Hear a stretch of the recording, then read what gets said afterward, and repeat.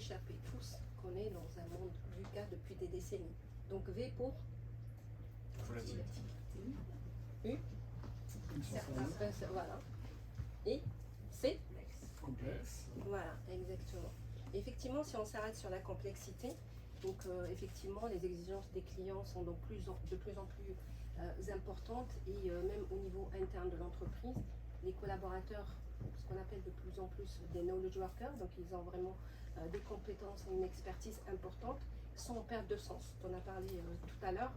Et effectivement, comment les accompagner dans ce monde-là, dans ce monde VUCA, pour que les entreprises puissent produire de la valeur, sachant qu'il y a aussi la mondialisation qui fait que, au-delà de, notamment la mondialisation, qui fait que de plus en plus, il faut travailler en coopération et en coordination inter- et intra-entreprise, et qu'il faut produire de la valeur tout en respectant tout ce qui est aujourd'hui RSE.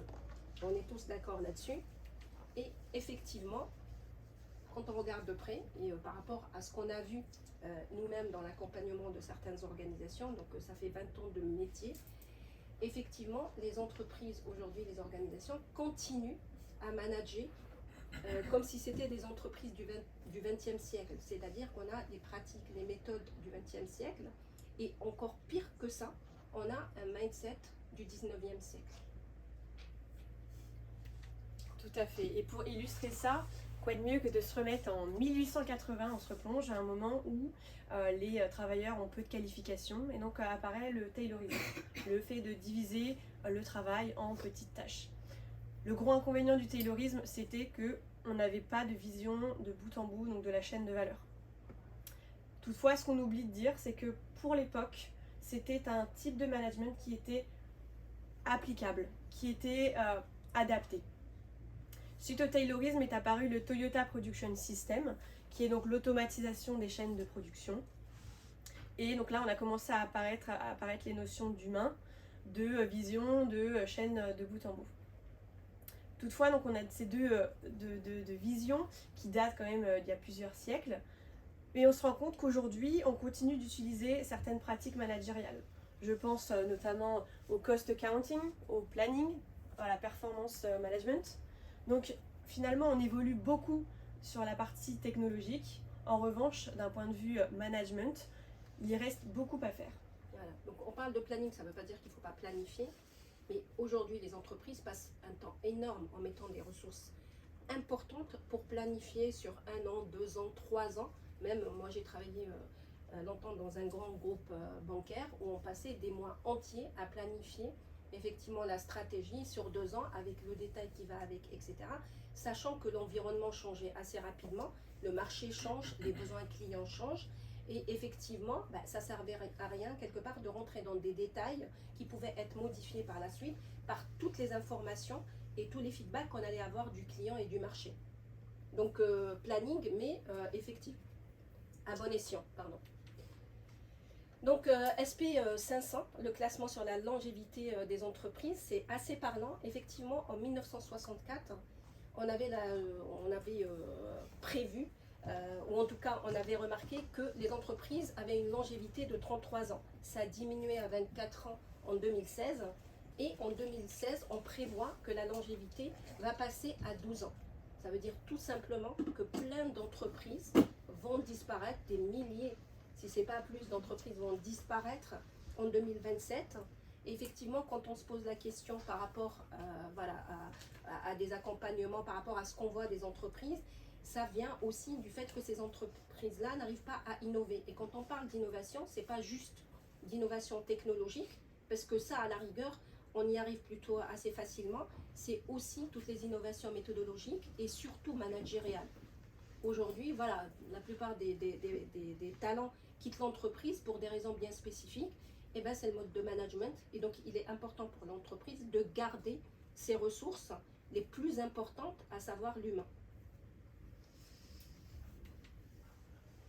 Donc voilà, ça vous montre, ça illustre un peu ce qu'on vient de dire. Donc certaines entreprises tardent à se rendre compte du danger où elles vivent quelque part et du danger de perdre des individus et des équipes qui sont à l'origine de la valeur créé au niveau de cette entreprise-là. Je donne souvent l'exemple de Kodak, qui avait créé le premier appareil numérique et qui n'a pas voulu le mettre sur le marché parce qu'ils voulaient garder leur business as usual, à savoir la vente des pellicules.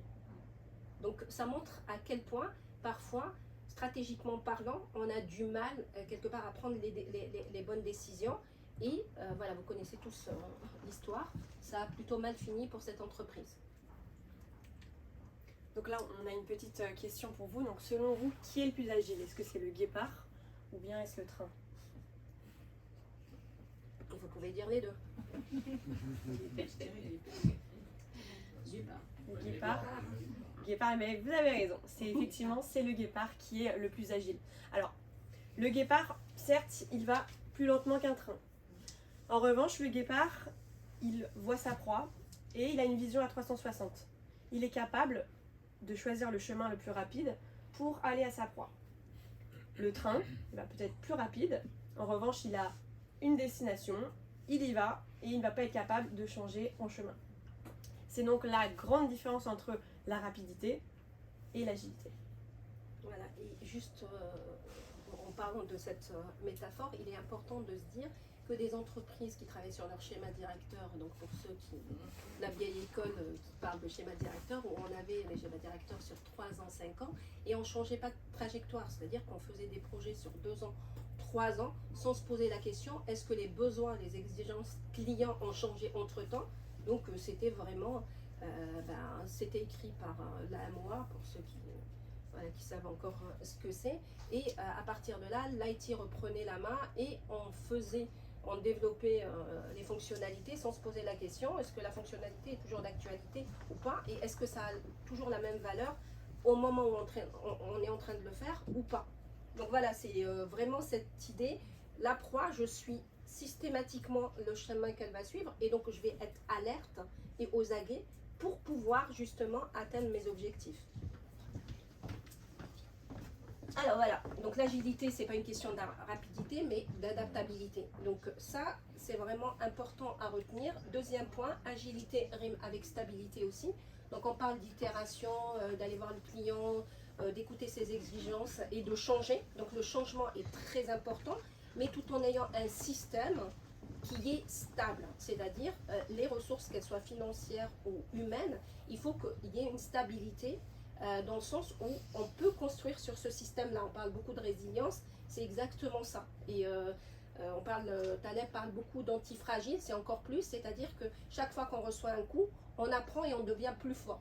Donc c'est encore mieux que la résilience, où on est censé revenir à notre état initial. Donc les entreprises doivent apprendre des feedbacks, des coups durs, etc., pour pouvoir devenir antifragile. Donc on revient un peu à la business agility, différence avec l'agile. Pourquoi? Parce qu'il y a plus de 25 ans, peut-être moins, l'agile a été créé dans des équipes IT. Donc l'idée de l'agilité, c'est vraiment pour créer des logiciels et pouvoir le faire en peu de temps en ayant des feedbacks clients, et effectivement en apprenant systématiquement pour devenir encore meilleur et être beaucoup plus efficace. Business Agility est arrivé il y a une dizaine d'années à peu près, plutôt des États-Unis encore une fois, parce que l'entreprise a compris qu'ils arrivaient à un plafond de verre quelque part, même en améliorant les équipes IT, en créant des équipes produits, etc. C'était pas suffisant, et c'est ce que vous disiez ce matin lors de votre présentation sur la partie SAFE. Les équipes aussi transverses, que ce soit les RH, la finance, les achats, doivent aussi se transformer pour être plus agiles. Et effectivement, donc je ne vais pas tout vous lire les 12 principes. Vous allez d'ailleurs trouver directement dans le manifeste Agile Business. Vous allez, voilà, avec tout le détail qui va avec. Je vais en lire certains qui me paraissent un peu différents de ce qu'on retrouve dans le manifeste Agile. Donc les stratégies et les plans tactiques sont fortement adaptables et responsives. Ça veut dire que systématiquement, on revoit sa stratégie régulièrement en ayant des feedbacks qui rentrent. Donc que ce soit des clients, en interne de l'entreprise et à la fois des collaborateurs. J'aime bien la dernière aussi, la bureaucratie et la politique sont réduites au maximum. Donc dans les entreprises, essayant au maximum d'éviter la bureaucratie, c'est-à-dire voilà, des validations, des survalidations, des process de prise de décision qui peuvent ralentir notre réponse aux clients. Et puis la dernière, je ne les connais pas tous par cœur, je me rapproche. Donc on a les entreprises agiles soutiennent l'innovation et le progrès implacable et durable. Ça veut dire qu'on apprend absolument de toutes les expériences qu'on met en place. Et c'est ça qui fait la différence entre les entreprises qui survivent, dans le sens où elles arrivent à sortir leur épingle du jeu, dans le sens où l'innovation, l'apprentissage, c'est des entreprises apprenantes. La moindre expérience devient un vrai moyen d'apprendre et de mieux connaître son marché et son client. Donc voilà, ça c'est un framework qu'on a plein sur la Business Agility. On a choisi de vous présenter celui-là qui vous montre un tout petit peu les champs d'action quand on veut mettre en place la Business Agility. Donc aller plus loin que l'agile, qu'on soit en méthode Scrum ou Kanban, etc. Donc effectivement, il faut avoir bien entendu au centre le client parce qu'on essaye de le satisfaire et il ne faut pas se mentir, toutes les entreprises, ce qu'elles veulent, c'est gagner plus d'argent. Donc voilà, et qui paye, c'est les clients. Donc effectivement, on a plusieurs dimensions, 7 exactement. Il peut y en avoir plus, hein, donc il y a des choses qui peuvent manquer là-dessus. On a la partie stratégie, donc il est important d'y travailler, on va rentrer dans les détails chaque fois. La structure organisationnelle, on a les process, méthodes, et je mets dedans toute la partie technologique. On n'en parle pas beaucoup ici, mais on part du principe qu'on a vraiment un socle technologique, technique, déjà en place, parce que sinon on n'avancera pas. Donc on a les mesures et performances, l'environnement de travail, les people et le leadership, tout en tenant en compte son environnement et ses partenaires, c'est-à-dire qu'il faut être à l'écoute de son marché, en l'occurrence de ses partenaires, de ses concurrents, des pouvoirs publics, etc. Parce que ça nourrit l'entreprise et c'est ce qui permet par la suite de faire des propositions, des hypothèses sur l'avenir et d'y aller d'y aller. Donc on commence par le premier point, la première dimension, la stratégie. J'aime bien la définition de Michael Porter là-dessus, c'est la nécessité de définir et de communiquer la position unique d'une organisation et elle devrait déterminer comment les ressources, les aptitudes et les compétences organisationnelles devraient être combinées pour créer un avantage concurrentiel. Stratégie ne veut pas dire des slides qu'on présente 2 fois ou 3 fois par an aux collaborateurs. Donc c'est vraiment aussi aller chercher les moyens pour pouvoir réaliser cette stratégie. Donc quand on travaille sur une stratégie, il faut qu'on se dise quelles sont les ressources financières et humaines, les compétences dont on a besoin pour réaliser cette stratégie-là. Et c'est ça un plan stratégique. C'est pas juste s'arrêter sur des vœux pieux où on se dit voilà ce que je veux atteindre. Est-ce que tu as les moyens? Je ne sais pas parce que j'y ai pas travaillé. Est-ce que tu as défini exactement quand tu vas arriver, qu'est-ce que tu vas observer, quels sont les observables qui te permettront de dire j'ai atteint ma cible? Rien. Donc j'entends souvent, je travaille beaucoup sur les OKR avec les entreprises, je les accompagne là-dessus, dans leurs vœux pieux, je veux être le leader de tel. Mais ça veut dire quoi concrètement leader? Et c'est là où on commence vraiment à creuser tous ces sujets-là. Alors, les principes directeurs d'une exécution pilotée par la stratégie. On en a parlé tout à l'heure.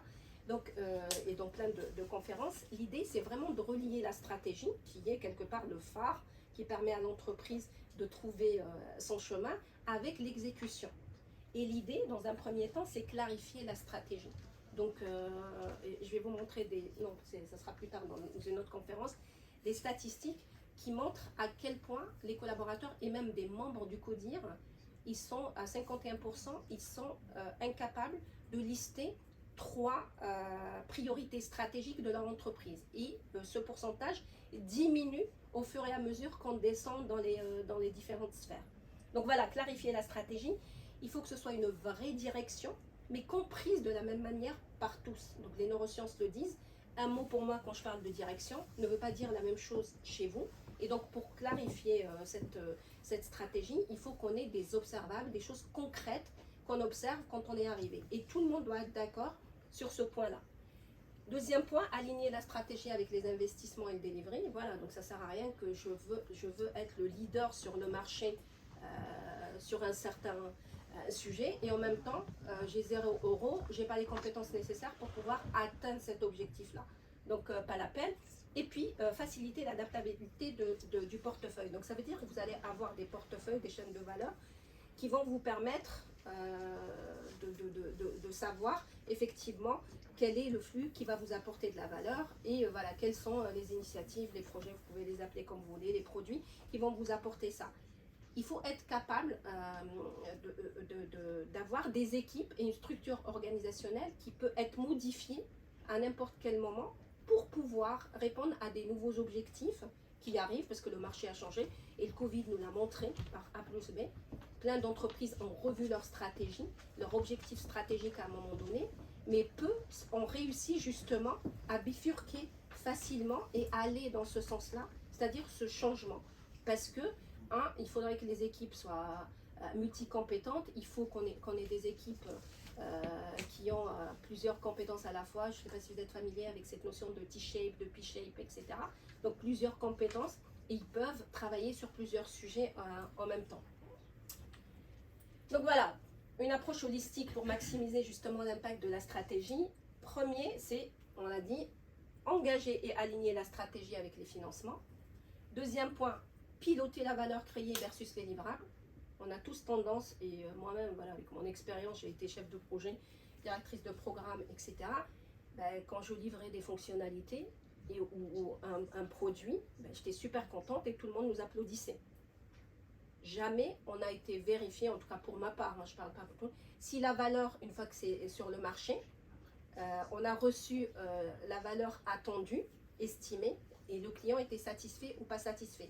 De plus en plus, on travaille sur ces sujets-là, mais effectivement, aujourd'hui, on continue à être sur le livrable. Tu es responsable de livrer tel produit, tu es responsable de livrer tel support, etc. Donc, revenir à l'essentiel, la valeur. Est-ce que la valeur a été produite? Ça veut dire aussi qu'il faut définir cette valeur-là avant de vous lancer. Et je pense que c'est là où c'est un peu plus compliqué. Donc, aligner la structure organisationnelle sur les objectifs stratégiques. Donc, faire en sorte que votre organisation puisse changer, votre structure organisationnelle par rapport à vos objectifs et mettre les bonnes ressources humaines, les bonnes compétences au bon endroit. Et on peut changer en fonction des retours, des feedbacks qu'on va avoir. Quatrième point, c'est prioriser par la business value. Faudrait-il bien entendu la déterminer, donc la définir. Et quand on travaille sur les OKR, c'est un des sujets sur lesquels on travaille en premier. Définir c'est quoi notre business value, qui change en fonction du changement de vos objectifs stratégiques à un moment donné. Et effectivement, ça vous permet par la suite de maximiser votre impact financier. Donc, gérer simultanément les demandes de capacité. Donc, ça vous permet aussi de gérer les priorités quelque part. Aucune entreprise n'a des ressources illimitées. Planification trimestrielle alignée et adaptative. Pourquoi trimestrielle? Il y a des entreprises qui le font tous les mois. Mais ça veut dire tout simplement que vous avez les données nécessaires qui arrivent régulièrement pour pouvoir prendre des décisions. Donc, l'idée trimestriellement, ça vous laisse le temps de voir les données sont rentrées. Ça me permet de dire si je vais dans la bonne direction ou pas. Et à ce moment-là, de prendre les bonnes décisions. Mesurer, c'est vraiment la clé, c'est mesurer, mesurer et mesurer. Donc c'est super important d'avoir un système qui vous permet d'avoir les données, les informations nécessaires pour pouvoir maximiser le retour sur investissement. Ça vous permet de prendre des décisions en final. En ayant les données et en ayant une vision 360 avec ces données-là, ça vous permet de prendre les bonnes décisions et effectivement avoir une cadence de delivery avec une responsabilisation des équipes. Ça vous permet aussi, entre guillemets, d'avoir des feedbacks clients. Structure organisationnelle. Deuxième point. Est-ce que ça vous rappelle quelque chose? Oui. Voilà. Une bonne organisation d'une grande entreprise, par exemple. Voilà. Donc des silos, pourquoi des silos? C'est exactement ce qu'on a créé. Donc, il va parler tout à l'heure du taylorisme. On a essayé effectivement de diviser nos différents départements et effectivement chaque département par la suite, parce qu'on n'a pas une vision globale et des priorisations au niveau entreprise, chacun va avoir ses propres sujets à traiter. Donc on voit ici clairement le commerce qui dit j'ai très peu de temps à accorder, peut-être un projet qui va apporter énormément de valeur à l'entreprise. Et vous voyez ici, on ne voit pas du tout le client. Non. Voilà, donc on parle marketing, mais ça ne veut pas dire qu'on voit le client. Et effectivement, pas de visibilité sur le financement. Et donc, communication inter-silo très complexe, ce qui fait que la prise de décision de se lancer dans une initiative, un projet ou un nouveau produit, ou en tout cas des améliorations de produits, ne peut pas se prendre facilement parce que voilà, il faut déjà aligner toutes ces équipes-là. Et juste pour information, ça ne se passe pas qu'au niveau équipe, donc que ce soit au niveau CODIR ou COMEX, j'ai vu la même chose. Donc on parle un langage complètement différent et effectivement, chacun a des objectifs individuels au niveau de son département qui fait que, bien entendu, il ne va pas se lancer de cette manière-là parce qu'il faut atteindre ses objectifs.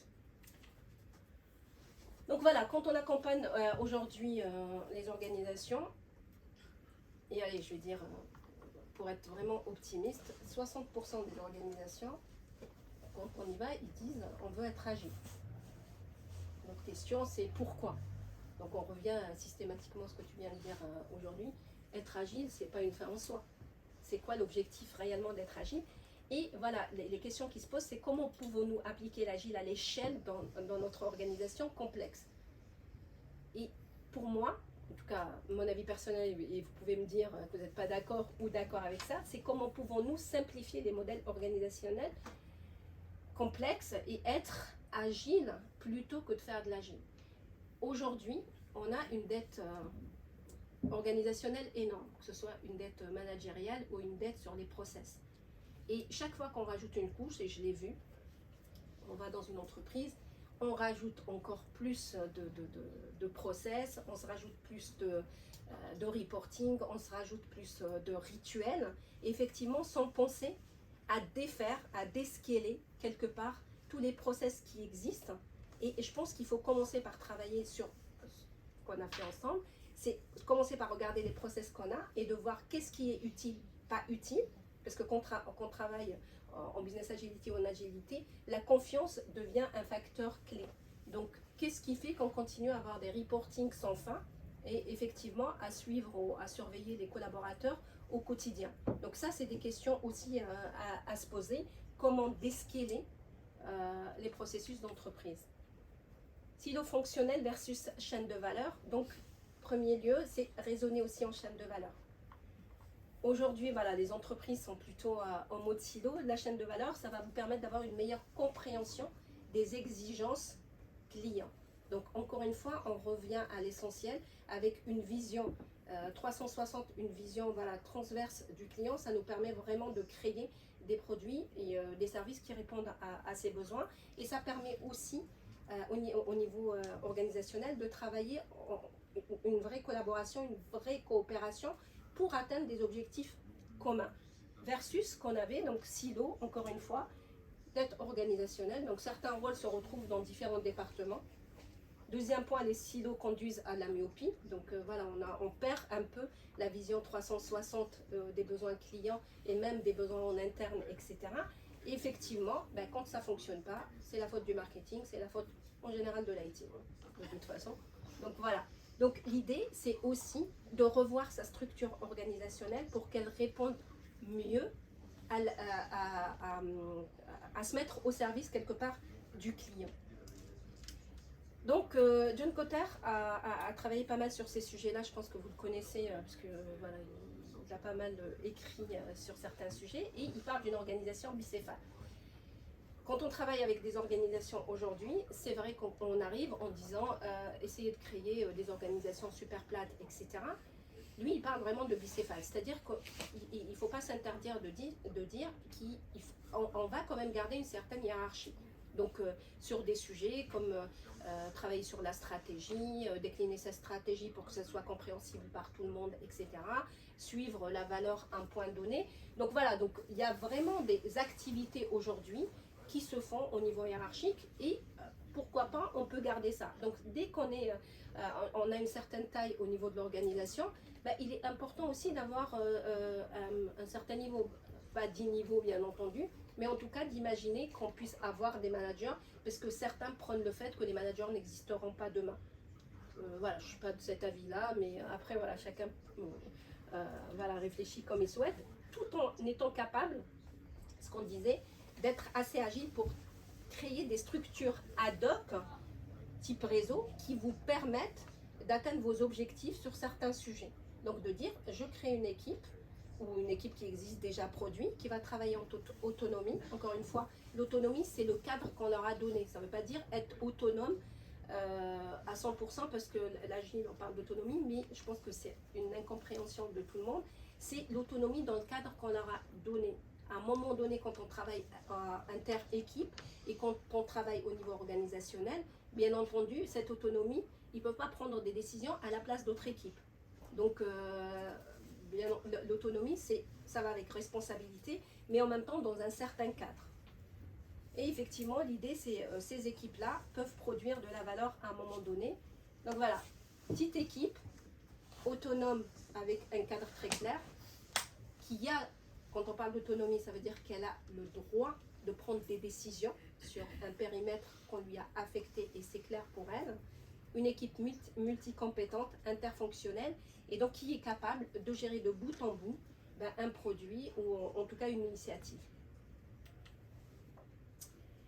Je donne, vous connaissez déjà le Spotify, donc l'organisation Spotify. J'ai mis à côté l'organisation un peu moins connue de Hire, je ne sais pas si vous connaissez.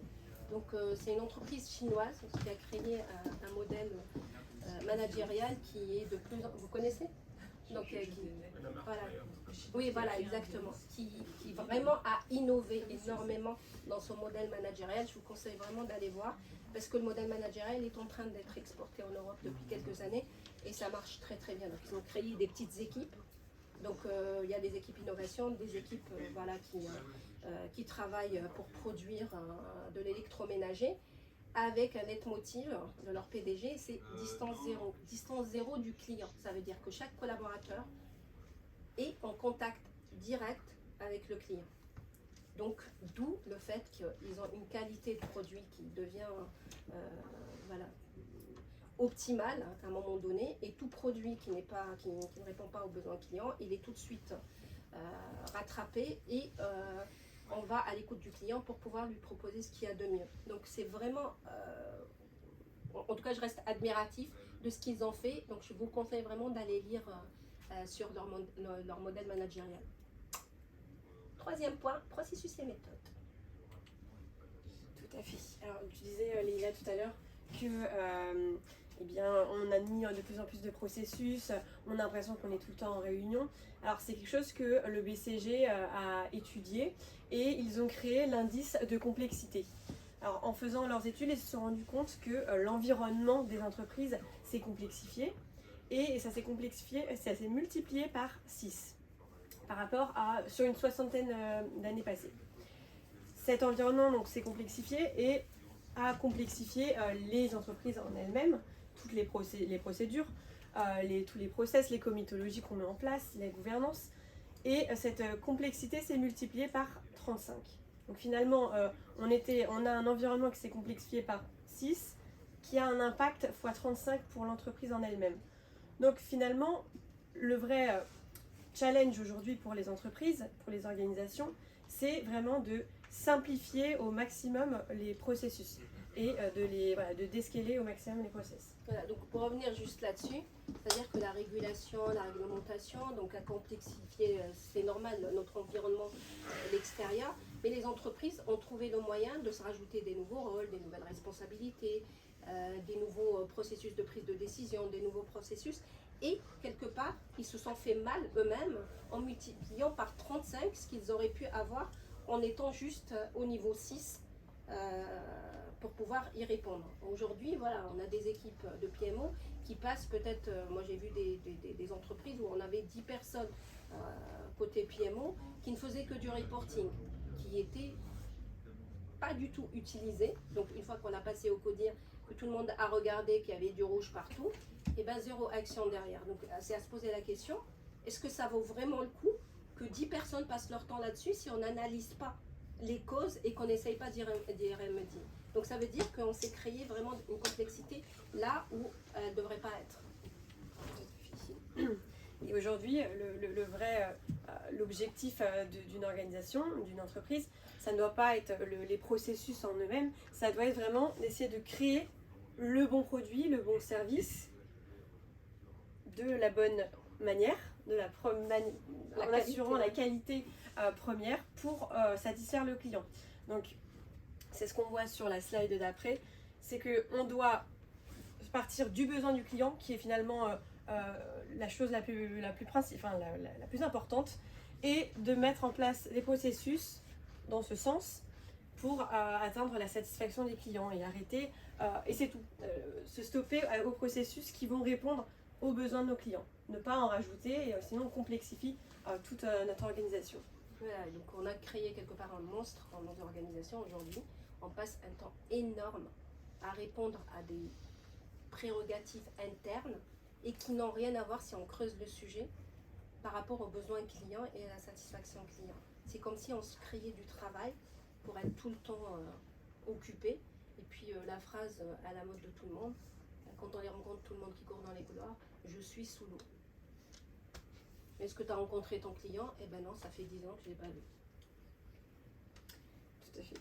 Et donc là, ce que vous voyez, alors c'est une belle image, hein, il y a énormément de méthodes. Aujourd'hui, les méthodes, elles ne servent pas à grand-chose si on ne sait pas les utiliser, et on ne sait pas à quoi elles servent et comment on va les mettre en place dans nos équipes. On voit Safe sur la partie agile à l'échelle. Donc non, mais c'est juste pour dire qu'il y a plein de méthodes. Il faut être conscient qu'il faut utiliser la bonne méthode au bon contexte et à la bonne équipe. Ça ne sert à rien, entre guillemets, de se dire je vais utiliser du Scrum partout dans l'entreprise parce que quelque part, parfois, ça ne sert absolument à rien de demander des rituels à des équipes qui ne travaillent pas étroitement ensemble tous les jours de se voir devant un board. Posez-vous la question, quoi. People et teaming, la partie que j'adore. Voilà. Différence, tu as posé la question tout à l'heure, entre groupe et équipe. Effectivement, construire une équipe, c'est très compliqué. Pourquoi? Parce que quand on construit aujourd'hui une équipe, on part de l'idée qu'on va travailler sur la partie délivrer. Qu'est-ce qu'elle va délivrer, cette équipe-là? Sans se poser la question, comment je vais cimenter les interactions entre ces personnes pour que ça devienne une vraie équipe versus un groupe. Aujourd'hui, vous êtes un groupe, hein. Donc chacun est dans cette conférence pour ses objectifs personnels. Donc personne, à mon avis, si vous vous posez la question, n'a les mêmes objectifs que l'autre. Donc Maëlys est là parce que c'est mon amie. Donc, voilà. Donc équipe, aussi. Effectivement, on doit avoir un objectif commun et on doit construire voilà, en tout cas le système de collaboration ou les processus de collaboration pour qu'on puisse vraiment obtenir la valeur souhaitée. Donc on a des interdépendances, donc il faut être alerte sur ce que les autres attendent de nous et qu'est-ce qu'on peut proposer comme aide. Et l'idée, c'est aussi travailler sur notre amélioration continue et sur l'entraide qu'on peut s'apporter l'un l'autre. Donc, on crée des équipes de partout, je le vois. Parfois, c'est même pas nécessaire, donc on se pose même pas la question. Voilà, de se dire, est-ce que ça vaut le coup d'avoir une équipe pour travailler sur ce sujet-là? Et je le vois même dans le conseil, hein. Donc sur certains sujets où une seule personne est capable de le faire, ça sert à rien, entre guillemets, de créer une équipe ou un groupe de personnes. C'est vraiment se poser ces questions-là. Quelle est l'importance de l'efficacité du travail d'équipe pour accomplir cette activité particulière? Quel type d'équipe est nécessaire pour accomplir ce projet, ce mission? Donc voilà, de ne pas mettre par exemple du Scrum de partout. Combien de personnes sont nécessaires pour accomplir les activités? Et est-ce que l'organisation, ce qui est rare, permet ou soutient le travail d'équipe par sa culture, par sa structure, par ses processus, etc. Et effectivement, parfois, il y a vraiment un travail d'équipe. Il peut être très faible parce qu'il n'y a pas d'interdépendance. Donc, on donne des départements universitaires, une équipe de golf, etc. Donc, pas d'interdépendance entre eux. Ça ne sert à rien de créer une équipe et surtout de leur mettre des rituels, entre guillemets, en place qui vont plus alourdir leur travail et voilà, occuper leur temps plus que ça n'apporte de valeur. Pareil, est-ce que c'est un travail d'équipe modéré? Et à ce moment-là, on va essayer au maximum de leur proposer le moins de rituels, le moins de reporting ensemble Et par contre, il y a des équipes où il y a une interdépendance, et là où se poser la question de travailler à la fois sur le delivery, qu'est-ce qu'ils sont censés délivrer, et deuxième point, comment créer cet esprit d'équipe, cette dynamique d'équipe. On utilise souvent le modèle de teamwork item, donc il y en a pléthore par ailleurs. Donc l'idée c'est de se poser la question quand on accompagne une équipe qui existe ou une équipe d'ailleurs qui se crée, c'est la conception au niveau de l'activité. Qu'est-ce qu'ils font? Quel type d'activité? Est-ce que c'est du management? Est-ce que c'est de la gestion de produits, projets, etc. Et les caractéristiques de l'activité, super important, interdépendance. Est-ce que voilà, leur travail dépend les uns des autres? Autonomie, est-ce que voilà, c'est nécessaire d'être autonome ou pas? Quel type d'expertise il leur faut? Quelles connaissances? Donc se poser toutes ces questions-là avec eux pour savoir par la suite quel type de modèle leur proposer. Et par la suite, effectivement, quelle est la composition de l'équipe en fonction de l'activité, sa taille, les disciplines, etc. Travailler sur les process d'équipe, c'est juste indispensable. C'est quand vous créez une équipe, vous avez deux dimensions. La partie delivery sur lesquelles en général on bosse plutôt bien quand on fait de l'accompagnement, mais la partie aussi équipe elle-même qui est considérée pour moi comme un produit à part entière. C'est elle qui va construire ce produit. Si elle ne se construit pas elle-même, eh ben vous allez avoir le produit qui va avec. Et donc voilà, collaboration, communication, coordination, travail sur le leadership, la prise de décision, quand, comment, qui prend la décision, etc. Gestion de conflit. Et par la suite, ça va nourrir,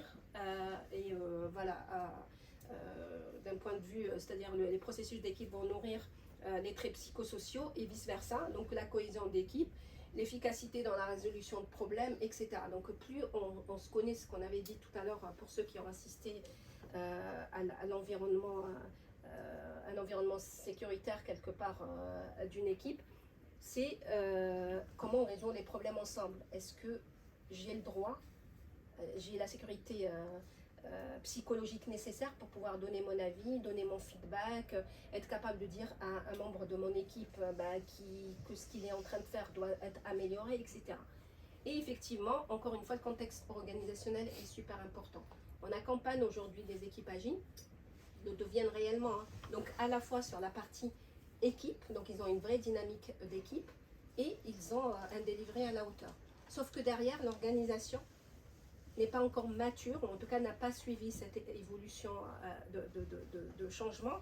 Et effectivement, ils se font casser chaque fois qu'ils sortent un peu de leur cocon d'équipe, donc en travaillant avec d'autres équipes qui ne sont pas encore, qui n'ont pas encore leur maturité, ou bien au niveau organisationnel, quand ils passent au niveau CODIR, etc., s'ils se font taper dessus parce qu'ils ont expérimenté quelque chose qu'ils n'ont pas réussi, petit à petit, ils perdent cette sécurité psychologique. Effectivement, l'efficacité de l'équipe, on doit suivre cette efficacité. L'équipe elle-même se doit de suivre ça, donc à la fois quantitativement, donc est-ce qu'elle délivre vraiment de la valeur au niveau client et satisfaction client, au niveau aussi de la qualité de ces produits et aussi qualitatif, le bien-être au travail. Comment je me sens dans mon équipe, comment je me sens dans mon environnement, et c'est ce qui va aider encore plus à atteindre une efficacité importante. Donc voilà, donc c'est tous ces sujets-là qu'il faut travailler quand il y a un accompagnement d'équipe.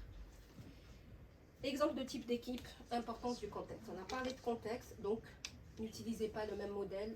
C'est comme si on avait une paire de chaussures 38 et tout le monde pouvait la mettre. C'est impossible. Donc on devrait se poser la question, quel est le contexte, quelle est l'activité de cette équipe-là, pour proposer éventuellement des modèles qui existent, ou tout simplement laisser émerger le modèle qui convient le mieux à l'équipe, du moment qu'ils atteignent leur valeur. Aujourd'hui, quand on travaille dans les organisations sur l'agile à l'échelle, on a tous le même modèle et on voudrait que tout le monde rentre dans ça. Donc je donne souvent l'exemple des équipes sécurité que j'ai accompagnées par ailleurs dans d'autres missions. On me disait, il faut qu'ils fassent du Scrum. Est-ce que c'est vraiment le modèle qui convient? Et donc il y a des modèles qui existent, les Red Team, les Blue Team, par rapport à ce type d'activité. Il y en a d'autres, donc c'est vraiment des exemples. Et puis on a les X-Team. Donc, et pour moi, voilà, l'avenir, ça va être plutôt ça. Donc c'est des équipes qui sont vraiment à la fois ouvertes à l'extérieur et à l'intérieur. C'est-à-dire aujourd'hui dans les entreprises, on est vraiment, intra-entreprise. Donc voilà, on suit les mêmes modèles, les mêmes procédures, etc. on est très peu à l'écoute de ce qui se passe à l'extérieur et surtout, voilà, de travailler étroitement avec des entreprises, avec des startups, avec des universités, etc. pour apprendre un peu plus. Donc on est plus occupé tout le temps par nos activités qu'on en oublie que l'extérieur est une source d'information et d'apprentissage énorme. Donc les X-Teams sont très ouverts à l'extérieur. Et vous connaissez tous les Scrum Teams, donc je ne vais pas rentrer dans les détails. Donc il y a plusieurs modèles. Là c'est 3, il y en a des dizaines, etc. Donc que ce soit dans la littérature ou dans la réalité, il faut aller chercher ces informations-là et ne pas calquer le modèle Spotify ou tel sur son organisation parce que c'est vraiment dommage. Alors, on a aussi un modèle qui permet effectivement d'accompagner les équipes pour être hautement performantes. Encore une fois, voilà, c'est des sociologues qui ont travaillé sur ce sujet-là. Et en tout cas, les éléments qu'ils mettent en place, à moi en tout cas, me parlent énormément. Il y a un questionnaire qui suit ce que vous voyez ici et qui permet au départ de savoir d'où démarre l'équipe. Et c'est quelque chose qu'il faut lancer régulièrement pour savoir comment l'équipe fonctionne au quotidien et comment elle peut apporter de la valeur. Donc, sur la partie productivité, il y a des forces sur lesquelles il faut s'appuyer. En l'occurrence, l'alignement. Donc, il est important que la mission et qu'ils aient cette équipe-là des missions et des buts communs. Vous avez toute la partie stratégie et objectifs. Donc, il faut qu'ils partagent ces objectifs-là et qu'ils aient une vision par rapport aux objectifs de l'entreprise. Vous avez aussi la responsabilité, donc les rôles et responsabilités sont compris par tous, ça ne veut pas dire qu'ils ne changent pas au fil du temps, mais en tout cas c'est discuté au niveau des équipes. L'important c'est qu'on puisse faire l'activité en ayant tous les rôles occupés quelque part et qu'on atteigne les objectifs. Vous avez toute la partie proactivité, donc le changement est considéré comme étant une opportunité pour soi, à titre individuel pour l'équipe et pour l'entreprise. Vous avez toute la partie prise de décision, donc le process de prise de décision est clair, compris par tous. Vous avez la partie responsabilité, ressources, voilà, on a toutes les ressources nécessaires pour pouvoir travailler en bonne et due forme. Et vous avez un leadership situationnel, c'est-à-dire que les leaders, et quand je parle de leader, ça ne veut pas dire manager, ça veut dire on est leader sur son expertise, c'est quelqu'un qui apporte une vision et des valeurs en respectant effectivement l'entreprise. Donc dans une équipe, on peut avoir entre guillemets plusieurs leaders, on peut avoir un seul manager, mais plusieurs leaders. Et donc ces leaders sont reconnus parce que tout le monde sait qu'ils apportent de la valeur au niveau organisationnel. Et même s'ils pensent un peu à eux, mais l'intérêt général est plus important. Et vous avez tout ce qui est positivité, les forces de positivité, donc la confiance voilà, c'est juste le socle. Ah, il est déjà là. Voilà. Respect, camaraderie, donc on va aller très vite. Donc en tout cas, voilà, donc il y a un questionnaire là-dessus qu'il va falloir suivre. Et avec ça, l'empowerment, c'est pas imposé, donc il faut penser à l'habilitation psychologique et l'habilitation comportementale. Je ne vais pas rentrer dans les détails là-dessus. Voilà. Pardon ? Non, c'est il y a Google là, qui parle tout ça. Ah. Leadership. Juste, je pense que tout le monde a déjà rencontré tout ce type de leadership. Ça foisonne dans les entreprises, dans les formations, donc éthique, leadership éthique, authentique, charismatique, démocratique, etc. Quand vous regardez de près, que vous analysez vraiment chacun, c'est vraiment une redondance avec le leadership transformationnel. Donc il y en a qui sortent un peu du lot, servant leadership. Donc voilà, c'est comment me mettre au service d'une équipe pour pouvoir apporter le cadre et les éléments nécessaires pour qu'ils puissent atteindre leurs objectifs. Ouais, il nous reste combien de temps du tout? 0. Oui, Okay. 0. Bon. Désolée. Désolée. Merci. Pardon.